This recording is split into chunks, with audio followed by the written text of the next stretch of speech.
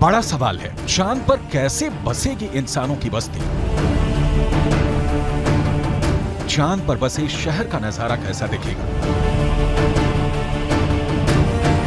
क्या चांद की जमीन पर भी धरती जैसी फसल लहराएगी?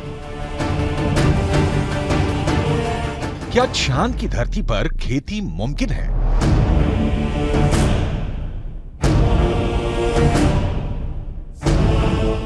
विज्ञान कहता है कि चांद पर अभी इंसानों के रहने लायक वातावरण नहीं है, लेकिन नासा का कहना है कि आने वाले वक्त में चंद्रमा की धरती को रहने लायक बनाया जा सकता है। लेकिन दावे के मुताबिक चांद पर बसने वाली बस्ती नहीं होगी सस्ती। अंतरिक्ष में चंद्रमा धरती का सबसे करीबी पड़ोसी पिंड है। पिछले 6 दशकों में इंसानों ने 100 से भी अधिक मून मिशन को अंजाम दिया है। सभी मिशन को कामयाबी नहीं मिली, लेकिन इन मिशन ने चांद को सबसे ज्यादा खोजा जाने वाला स्थान बना दिया और अब चंद्रमा पर जीवन की संभावनाओं की तलाश हो रही है।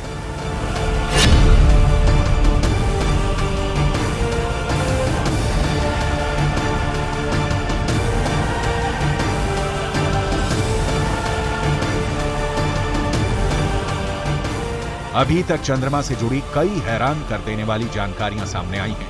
दावा किया जाता है कि चंद्रमा की मिट्टी में कई तरह के खनिज हैं। चांद की सतह पर पानी होने के भी सबूत मिल चुके हैं। वैज्ञानिकों का मानना है कि चांद पर जीवन के सबूत भी मिल सकते हैं। संभावना जताई जा रही है कि भविष्य में चंद्रमा पर मानव बस्ती बसाने का सपना पूरा हो सकता है, लेकिन ये काम इतना भी आसान नहीं है। चंद्रमा पर इंसान के कदम भले ही साल 1969 में पड़ गए हों,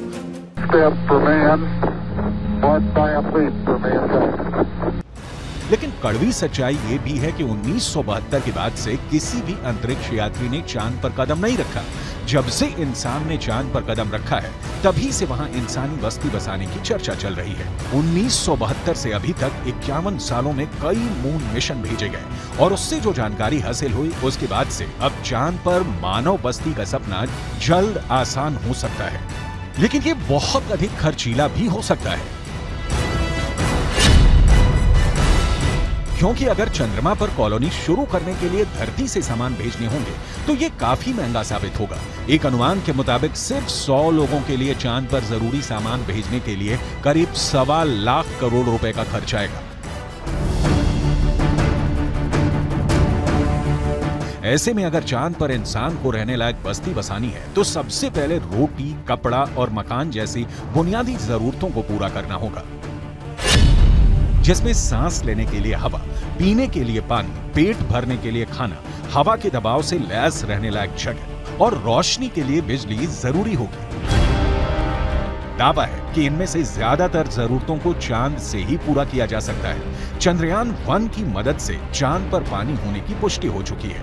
पानी की खोज के बाद इसरो अब चांद पर जमी बर्फ का विश्लेषण करने में जुटा है। चांद की सतह की बनावट को समझने में लगा है। नासा के मुताबिक चांद के दक्षिणी ध्रुव पर बर्फ है। बर्फ के साथ साथ वहां दूसरे प्राकृतिक संसाधन भी हो सकते हैं। साल 1998 में नासा ने मून मिशन के तहत ये बताया था कि दक्षिणी ध्रुव पर हाइड्रोजन है। नासा का दावा है कि अधिक मात्रा में हाइड्रोजन होने की वजह से वहां बर्फ होने की संभावना है। इसके अलावा चांद के दक्षिणी ध्रुव पर बड़े बड़े पहाड़ और कई गड्ढे हैं। ज्यादातर गड्ढे ऐसे हैं जहां अरबों साल से अंधेरा है। अमेरिका के नासा के मुताबिक गुप्त अंधेरे के बीच यहां बर्फ का जमाव हो सकता है। अंदाजा यह भी है कि चांद के दक्षिणी ध्रुव पर अरबों सालों से पानी बर्फ के रूप में जमा हो सकता है। अगर चंद्रयान 3 का लैंडर और रोअर चांद पर बर्फ की मौजूदगी की पुष्टि कर देते हैं तो वहां मानव बस्ती बसाने की संभावना और बढ़ जाएगी। हालांकि इससे पहले भी चंद्रमा की सतह पर पानी होने के संकेत मिले थे। चांद के छाया में रहने वाले हिस्से में पानी के होने के संकेत मिल चुके हैं।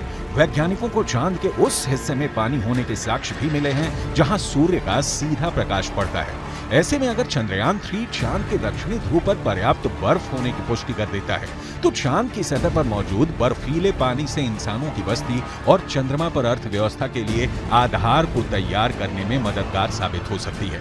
आइए रसायन विज्ञान की भाषा में समझ लेते हैं कि ये कैसे मुमकिन हो सकता है।